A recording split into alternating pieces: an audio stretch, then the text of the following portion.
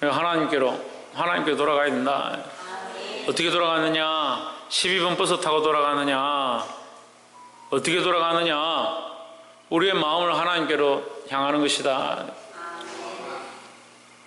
따라합시다. 내 감정을 의지하지 말고 내 생각을 따라가지 말고 내 입장을 고수하지 말고 자기 감정과 자기 생각과 자기 입장과 자기 환경과 내 가족의 여건과 그걸 다 돌아보면 하나님께로 돌아갈 수가 없어요. 그렇게 다 돌아보는데 어떻게 구원을 하고 어떻게 전도를 하고 어떻게 생명을 살리겠다. 베드로가 우리가 보기에는 그래도 믿음이 굉장히 뛰어난 사람으로 알고 있지만 베드로가 예수님 바라볼 때는 무리도 그렇다. 근데 예수님 바라보지 않고 다른 것들 바라볼 때는 꼭 사고를 치렀다. 사고를. 칼을 꺼내서 말고의 길을 자는 사람이 누구냐?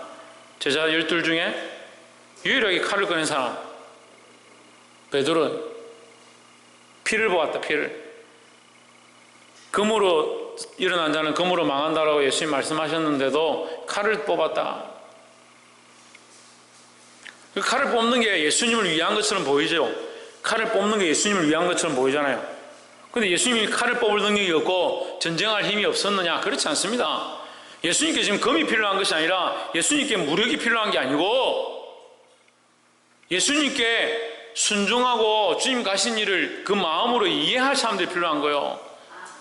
문제는요, 우리 안에 주의 마음을 가지고 하나님 마음을 가지고 하나님 마음을 이해하고 하나님 뜻을 따라서 살고자 하는 것이 없는 게 문제라는 거죠. 이 하나님을 위해서, 주를 위해서 내가 어찌할꼬 그런 마음은 없고 나를 위해서 내가 어떻게 할까 그런 생각들은 무한하게 있는 겁니다. 그 나중에 누구까지 끌어들이냐? 하나님도 나를 위하여 끌어들이고 내 살아가는 목표에 이유에 나를 돕는 존재로 필요한 거예요. 이게 심각한 거예요. 심각한 거.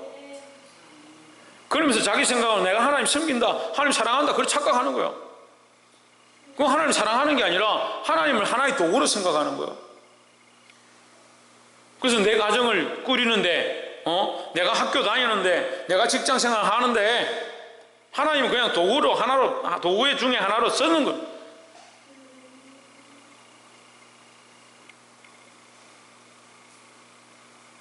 베드로가 왜 금을 들어서 망했느냐? 예수 그리스도를 하나님으로 인정하지 않는다. 아이고, 금 든 것과 뭐 그게 무슨 상관이 있습니까? 상관이 있습니다.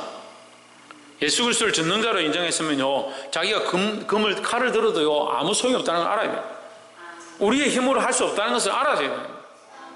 예수님이 힘이 없어서 그렇게 하는 것이 아닌 줄 알아야 되고, 지금 오늘날도 하나님이 능력이 없어서 우리에게 내버려 두시고 우리의 악행들을 그냥 보고 있는 것이 아니다. 근데 우리 스스로 어떻게 하냐? 하나님을 인정하지 않으니까요, 하나님의 전능하심을 인정하지 않으니까 하나님 우습게 생각하는 겁니다. 교회를 우습게 생각하고요, 주의 종을 우습게 생각하고요, 하나님 세우신 질서들을 다 우습게 생각합니다. 하나님 뭘 하시겠냐? 예수님이 뭘 할 수 있냐? 예수님이 뭘 하실 수 있을까? 힘도 없는 저 나약한 분이 뭘 할 수 있을까? 그렇게 생각하는 겁니다. 그리고 자기 칼을 들어서 하는 거예요. 신앙생활 하는 거 보면요, 정말 웃어요. 자기 기도하고 싶으면 기도하고요, 예배 드리고 싶으면 예배하고요, 하기 싫으면 기도도 안 하고 예배도 안 하고, 하나님이 무슨 물병에 뚜껑도 아니고 들었다 놨다 무슨 유행어 가사도 아니고, 자기가 믿고 싶으면 믿고 믿기 싫으면 그냥 내려놓고, 그러면서 말로는 하나님, 나 하나님 믿어요, 절대 하나님 믿어요, 안 믿는 거 아니에요. 믿겠죠. 전능하신 하나님이 아니라 내가 하고 싶은 대로 선택하는 하나님으로 믿겠죠. 정신을 차리고 돌아오기를 소망합니다. 그 말로 하는 게 아니고 눈으로 하는 게 아니고 우리의 마음 중심으로 하는 것이라는 거죠. 3장 1절에 세상에서 말하기를 가령 사람이 그 아내를 버리고 그가 떠나 타인의 아내가 된다 하자. 자, 하나님께서 워낙 답답하셔서 이렇게 말하는 거야. 너희가 내 말 듣기 싫으면 세상의 원리에서도 봐라. 너희가 내 말 듣기 싫다면, 하나님 말씀 듣기 싫다면 세상 사람의 원리, 세상 사람들이 어떻게 하는가 봐라. 그 사람들도 이혼해가지고 다른 남자나 다른 여자에게 시집가고 장가가놓고 다시 그들이 합친다면 그게 얼마나 음란한 거냐. 그렇잖아요.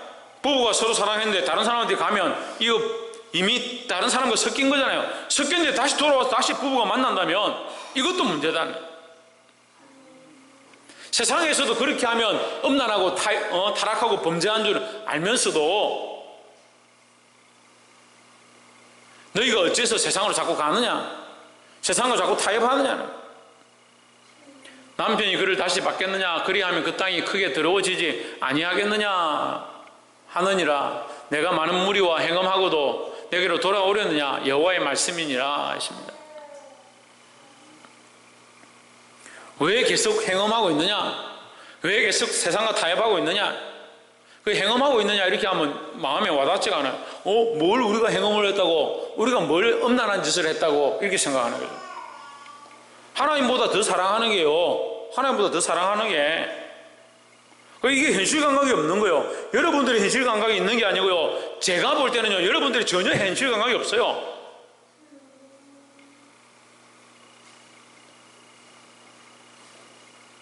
세상의 감각들을 가지고 세상의 현실감을 들고 세상의 방식대로 하려고 하니까 하나님이 별로 안 느껴지는 거죠.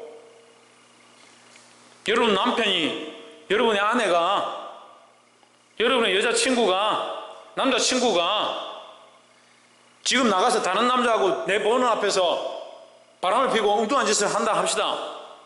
그럼 얼마나 화가 날 것 같아요? 속이 불불 끓어오르겠죠? 근데 우리가 하나님을 사랑하잖아요. 어떻게 사랑합니까? 그 무엇보다 제일로 하나님을 사랑한다. 반대로 우리가 좀 그렇지 않다 합시다. 그러면 하나님을 어떻게 사랑하시냐? 세상의 어느 것보다 바꿀 수 없는 귀한 존재로 우리를 사랑하시는데, 그게 하나님 앞에 하나님은 현실이라고요. 하나님의 마음이라고요. 하나님의 마음은 우리를 향해서 그렇게 사랑하신다고요. 그런데 그 하나님 보는 앞에서 우리는 어떻게 하냐? 다른 걸 사랑하는 겁니다. 하나님보다 다른 걸 사랑하는 겁니다. 하나님 보고 있는데 세상의 것들 사랑하고요, 육체의 것들 사랑하고요, 음란한 것들 사랑하고요, 재물을 사랑하고 자기 감정을 사랑해서 하나님 보이지 않고 자기가 하고 싶은 대로 살아. 그래 놓고 우리가 언제 다른 거 사랑한다 했습니까? 우리는 하나님 사랑하는데, 하나님 믿는데 왜 그렇게 사냐고. 그러면서 현실이 안 그렇다는 거예요. 현실이 안 그렇다. 현실이 안 그런 게 아니라 하나님 우리를 사랑하시는, 하나님과 우리가 끊을 수 없는, 세상이 끊을 수 없는 관계인 줄 알아야 되는 거. 말씀은 그게 아멘이라고 하면 세상의 죽음이나 칼이나 적신이나 생명이나 그 어떤 피조물도 우리는 하나님 안에 있는 그리스도의 사랑에서 끊을 수 없다. 그리스도 예수 안에 있는 하나님의 사랑에서 끊을 수 없다. 그렇게 말하면서 그 사랑을 안 끊는 그거는 좋아. 그거는 좋은데 내 삶이 실제로 하나님을 사랑하고 다른 것 사랑하지 않고 그건 싫고. 아이고 목사님 현실을 보세요. 세상에 누가 그렇게 삽니까? 하나님을 너무 모르는 거예요. 도대체 하나님 믿는 거예요 그게? 우리가 내 아내고 내 남편이라 하는 것보다 하나님이 우리의 아버지라 하시는 거, 우리의 백성이라 하시는 거, 내가 네 남편이라 하는 그 말씀이, 내가 네 목자라 하는 그 말씀이 하나님은 더 진실함이고 그게 더 현실인데요. 근데 우리는 찬양은 늘 이렇게 불러요. 전능하신 나의 주 하나님이라 불러요. 나의 아버지라 찬양해요. 근데 문제는 뭐요? 그게 현실이 아닌 거예요. 그러면서 우리가 뭘 행함했습니까? 아니 하나님을 사랑하고 하나님만 쫓아가고 하나님이 나의 삶에 제일 우선 내려지고 나의 중심에, 나의 마음의 가장 중심에 하나님을 위한 삶으로 시작되어진 그게 제일 우선이 되는 거, 그게 신앙인데, 그게 믿음인데, 현실을 실제로 그렇게 살지 않으면서 우리가 언제 행음했습니까? 우리가 언제 하나님을 버리고 음란한 짓을 했습니까? 라고. 더 심각한 건요, 우리가 머리끝부터 발끝까지 전부 다 썩어가지고 하나님 떠나있는 삶이 너무 풍성해서 원래 그런 줄 아는 겁니다. 그래서 조금 내가 하나님 앞에 와서 봉사했다, 주일에 11시 와서 내가 헌신했다, 그것으로 만족하는 거예요. 내가 예배 드렸는데 내가 하나님 사랑하니까 이렇게 하지, 누가 이렇게 할 수 있어? 그나마 내가 내쯤 되니까 내가 시간 빼가지고 와서 예배하는 거 아니야? 참 자기 위안을 얼마나 잘하는지요. 그러면서 필요하면 하나님 도와주십시오, 필요하면 하나님 내게 채워주십시오, 좋은 직장 주십시오, 좋은 배우자 주십시오, 좋은 재물 주십시오, 좋은 자녀 주십시오. 아니 자기 현실에 있는 남편과 아내가 바람 피우는 거, 아니 다른 사람한테 눈길 주는 것도 견디지 못해 하면서 하나님 앞에서 어떻게 그렇게 할 수 있냐는 거예요. 말씀을 몰라도요, 도대체 이제껏 말씀을 46년 동안, 38년 동안, 40년 동안 뭘 듣고 있었는지 모르겠어요. 믿음이 현실이고요, 하나님과의 관계가 현실이고요, 그 하나님과의 관계 안에서 실존적인 살아있는 삶을 살아야 되는데, 살아있는 신앙으로 변화되어야 된다는 거예요.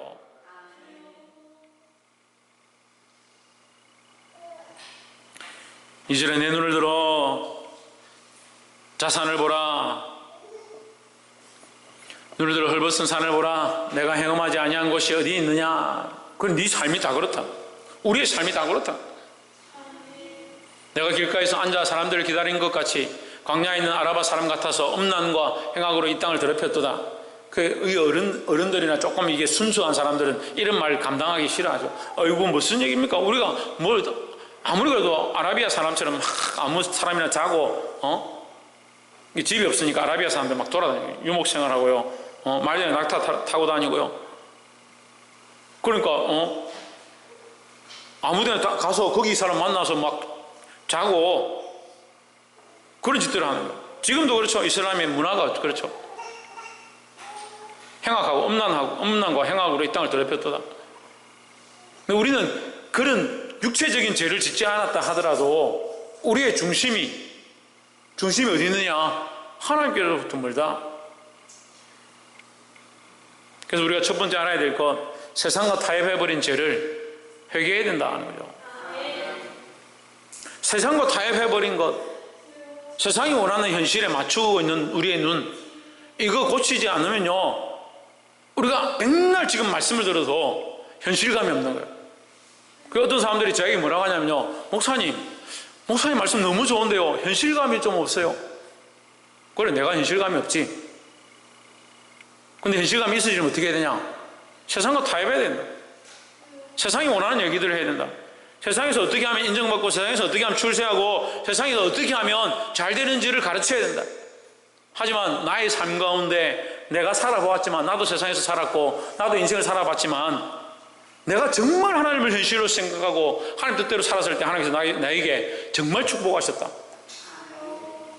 오늘 이 성경이 오늘 그렇게 말하고 있고요, 저의 인생 가운데 하나님께서 그렇게 말씀하셨고요, 그렇게 보여주셨어요. 근데 왜 자꾸 세상이 원하는 현실대로 사느냐? 여러분, 누구나 다 현실적인 삶을 삽니다. 그런데 우리의 가진 이 현실적인 삶이 세상이 원하는 현실이냐, 하나님 기뻐하시는 현실의 삶이냐, 그걸 점검해 봐야 된다는 거예요. 그래서 우리에게 애굽으로 내려가지 마라, 애굽으로 내려가지 마라, 아수르와 타협하지 마라, 홍준이 어디로 가지 마라,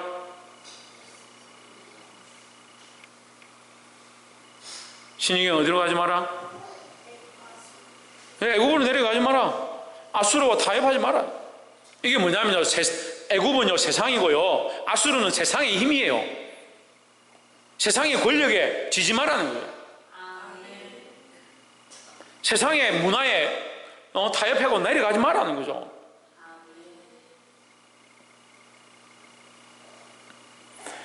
애굽에 내려가는 것이 뭐냐? 음란입니다. 음란. 아수르를 의지하는 것이 음란입니다. 그럼 뭐 누구에게 엎드려야 되냐? 하나님께 엎드려야 되고요. 누구를 의지해야 되냐? 하나님을 의지해야 되는데, 그것을 현실이라고 얘기하는 거예요. 성경이 그것을 현실이라고 하는 거예요. 그 다윗이 왜 하나님 그를 기뻐하시냐? 그가 내 마음에 합하다 하냐? 다윗이 전쟁을 만났을 때, 칼의 위협을 당했을 때, 그 조그만 아이가, 그 소년이 정말 골리앗 장수를 만났는데, 모든 장군이란 장군, 그 나라에서 날고 빈다는 장수들이 다 무서워서 숨고, 사울도 얼마나 컸냐면요, 제법 컸어요. 사람들 어깨 위라고 했거든요. 어깨 위에다. 사람들 다 서면요, 사울만 위로 삐쭉 나오는 거야. 키가 커가지고, 덩치가 커가지고.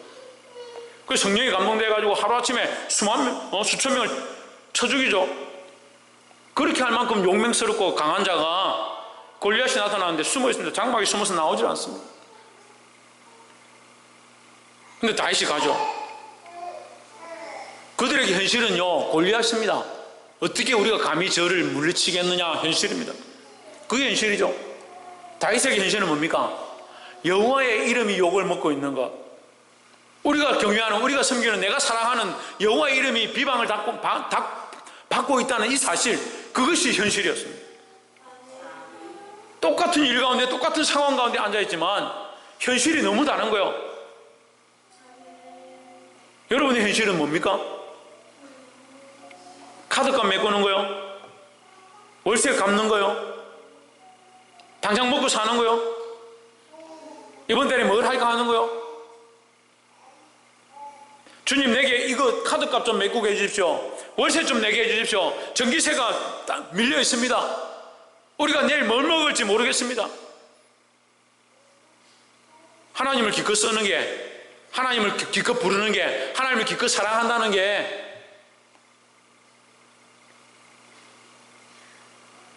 그러면서 월세 좀 들어오고 돈이 좀 생기고 카드값 메꾸고 이러면 하나님 감사합니다. 역시 하는 살아 계시군요.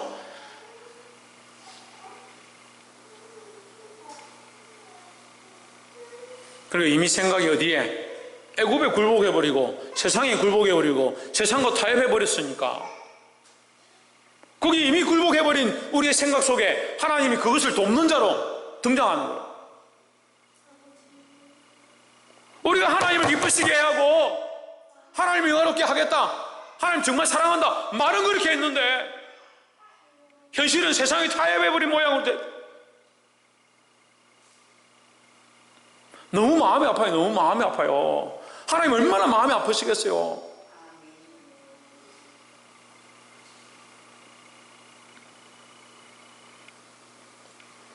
삼절에 그러므로 단비가 그치겠고 늦은 비가 없어졌느니라. 그럴지라도 내가 창녀의 낯을 가졌으므로 수치를 알지 못하느니라. 알지 못한다. 뭘 알지 못하냐? 세상에 타협해버린 것, 세상을 현실로 인식하고 있는 그것을 깨닫지 못한다. 그래서 다윗이 골리앗 그 장수의 이 하나님을 조롱하는 얘기를 듣고, 희롱하는 말을 듣고 화가 나가지고 의분이 가득해가 쫓아가죠. 그럴 때 형님들이 뭐라 합니까? 네가 정신이 없냐? 집에 가서 양들이나 치지, 할 일이 없어서 여기 왔느냐? 비방합니다. 비방합니다. 왜요? 그들에게는 현실이 이건데 이 아이가 너무 현실감이 없는 얘기를 하고 여기 쫓아와 있는 거예요. 박창조.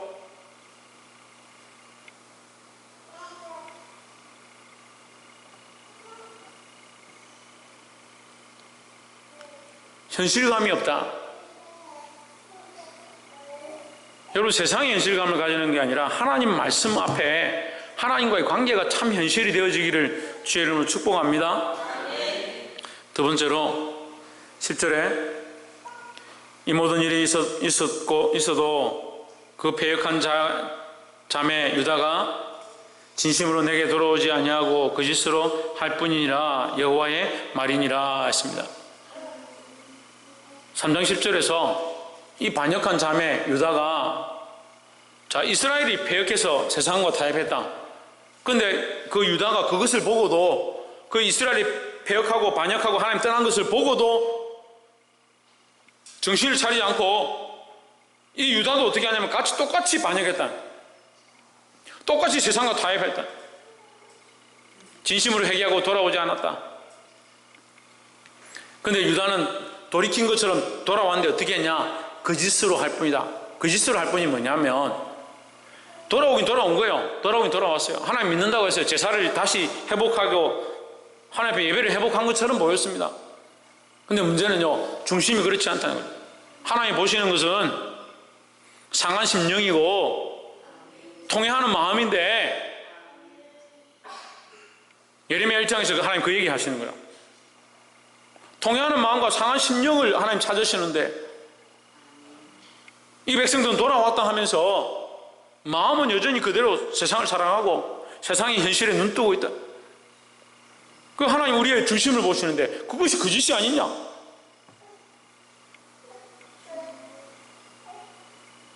11절에 여호와께서 내게 이르시되 패역한 이스라엘은 패역한 유다보다 오히려 어려움이 나타났나니 했습니다. 이스라엘이 어렵다고 하는 게 아니에요. 이스라엘이 어렵다 하는 것이 아니라 유다가 돌아온 것처럼 거짓을 하고 있는 이것이 더 악하다는 말이죠. 12절에 너는 가서 북을 향하여 이 말을 선포하여 이르라. 여호와께서 이르시되 패역한 이스라엘아 돌아오라. 나의 노한 얼굴을 너에게로 향하지 아니하리라. 이게 하나님 마음이에요. 하나님은 너희가 계속 배반하고 계속 세상으로 가고 가짜로 돌아오는데 정신을 차리고 이제 돌아와라는 거죠.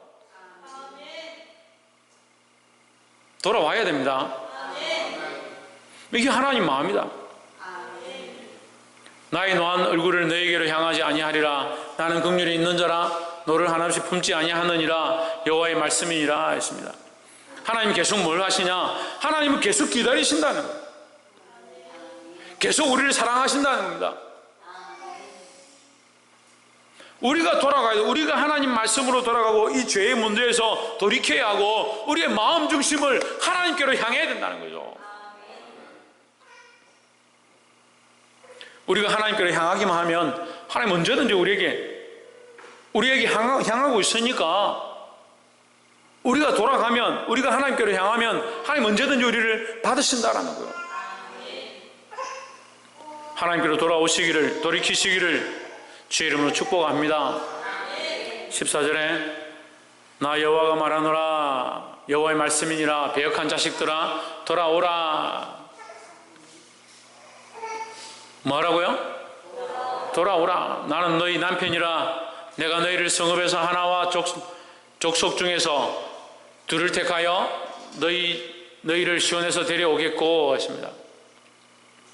나는 너희 남편임이라. 이 남편은요, 자, 우리가 남자와 여자 결혼을 하면 서로가 결혼한 게 아니라 이게 나는 1대1이라 생각하지만 사실은 우리나라에서 결혼을 했다 하면 어딜 가야 됩니까? 예? 시댁에 가는 게 아니고 시댁에 처가에 가긴 가죠. 어디 가야 되냐면 동사무소 가야 됩니다. 그죠? 안 갔습니까? 김성수 목사님 동사무소 안 갔습니까? 결혼하고? 못 갔습니까? 예, 아이고, 어쩌노. 제가 대신 갈까요? 동사무소 가서 어쩝니까? 혼인신고를 해죠, 혼인신고를. 혼인신고도 아직 안 했습니까? 어쩌노, 혼인신고를 아직 안 해가지고. 우리 교회에서 나중에 다시 결혼식을 한번 해드려야 되나? 우리나라의 결혼도요, 남자와 여자 둘이서 하는 게 아니라, 물론 시가 친척 같이들 모여서 하지만, 공정을 받는 거죠, 공정을. 관청에 가서 공정을 받습니다. 혼인신고를 해서 우리가 부부다라는 공정을 받습니다. 그렇잖아요. 왜냐하면 우리가 결혼한 것이 마음대로 찢을 수 있는, 네 신랑, 내 신랑, 싫다, 이래가 쉽게 찢을 수 있는 그런 관계가 아니다는 거죠. 결혼은요, 세상이 함부로 나눌 수 있는 게 아니다는 거죠. 결혼은 그래요. 특별히 그리스도 안에 믿는 사람들의 결혼은 특별히 더 그렇습니다. 함부로 둘이 싫다고 해서 그만두자 그렇게 하는 게 아니에요. 그래서 그나마 이 결혼을 함부로 하고 함부로 파하지 못하도록 그런 공정을 받고 사회적인 법으로 이게 기회를 만들어 놓은 거예요. 하나님 안에서 그러면 하나님과 우리가 결혼 관계다 하면 누가 이걸 째겠냐? 누가 이걸 찢겠냐? 누가 이걸 끊을 수 있겠냐? 끊을 수 없잖아요. 그런데 왜 하나님께 안 붙어 있고 세상에 붙어 있느냐? 이건 바꿀 수 없는 문제다. 바꿀 수 없는 문제. 다시 변개할 수 없는 일이다라는 거죠. 그러게 어떻게 해야 되냐? 우리가 하나님께 돌아가면 된다라는 거죠. 그래서 두 번째 나눈 말씀처럼 하나님께로 돌아가는, 하나님께 돌아감으로 회복되어진 역사가 있기를 주의 이름으로 축복합니다. 16절에 나 여호와의 말씀이니라. 너희가 이 땅에서 번성하여 많아질 때에는 사람들이 여호와의 언약궤를 다시는 말하지 아니할 것이요 생각지 아니할 것이요 기억하지 아니할 것이요 찾지 아니할 것이요 다시는 만들지 아니할 것이며 했습니다. 자, 밑에 많이 나와 있는데 이걸 그냥 다 하면 헷갈리고 한마디로 언약궤가 필요 없어진다. 언약궤가 필요 없어진다. 너희의 번성할 때에 언약궤가 필요 없어진다. 번성할 때를 우리가 좀 더 이해하기 쉽게 우리가 요즘 쓰는 말로 부흥이다. 너희의 부흥 때에는 언약궤가 필요 없다. 교회가 부흥할 때 언약궤가 필요 없다. 이렇게 볼 수도 있고, 우리가 영적으로 부흥하면 언약궤가 필요 없다. 이제 더 이상 언약궤가 우리에게 필요 없다.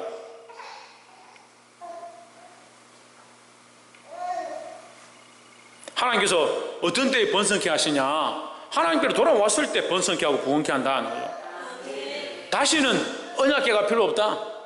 언약궤는요, 하나님의 언약 앞에서 죄를 씻고 나서 그 언약으로 다시 회복시켜 주는 게 언약궤인데 이제 그것이 필요 없다.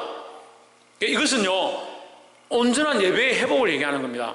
다시 말하면 이것은 메시아의 나라, 메시아의 도래를 예언하는 건데요, 예수님이 오셔서 이 언약궤를 파하고 성소를 파하고 성소의 휘장을 아래서부터 위로 찢고 십자가로 말미암아 다 온전케 해버렸습니다.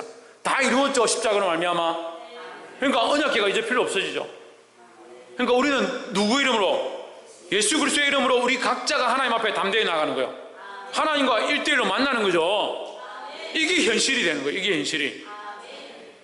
그 전까지 어떻게 했습니까? 나는 성소에 못 들어가고 나를 대신해서 양을 잡아서 제사장에게 주면 제사장이 그를 끌고 와서 나는 밖에 있고 양의 피를 흘리고 쏟고 그 양의 가죽을 벗기고 태워서 제물을 하나님께 바친 다음에 다시 몸을 씻고 제사장이 지성소에 들어가 가지고 하나님 앞에 가서 하나님의 음성을 듣고 나와서 이 백성들에게 너희 죄가 사함을 받았느니라 이렇게 선포해줘야 돼요. 그럼 나는 뭐요? 나는 제물도 먹지 못하고 제사에 참여도 못하고 하나님의 음성도 듣지 못하고 그냥 밖에서 구경하는 사람인 거죠. 근데 이제 이게 필요 없다는 거예요. 이걸 다 찢고 없어졌다는 거죠. 이제 어떻게 하느냐? 우리가 예수 그리스도의 이름으로 그 피를 힘입어 휘장 안에 들어갈 담력을 얻었다는 거예요. 그러니까 이게 필요 없어진다. 이 땅이 번성하게 될 때, 예수 그리스도의 나라, 하나님 나라가 도래하기 시작할 때, 그리고 예수님이 오심으로 말미암아 이제 우리는 하나님 앞에 1대1로. 그래서 우리가 세상과 타협하는 게 아니고 이제는 하나님과 1대1로 만날 수 있다라는 거죠. 그 이 사랑의 은혜를 다시 회복하라라는 겁니다. 이 이스라엘 백성들이 현실을 잊어버리고 세상에 돌아가고 우상 앞에 가서 절했던 것, 이제 너희 이것도 다 필요 없다. 제사조차도 필요 없다. 이제 뭐가 필요하냐? 너희가 예수 그리스도의 이름으로 하나님과 너희 마음을 다해 1대1로 만나는 것, 이것이 필요하다는 거죠.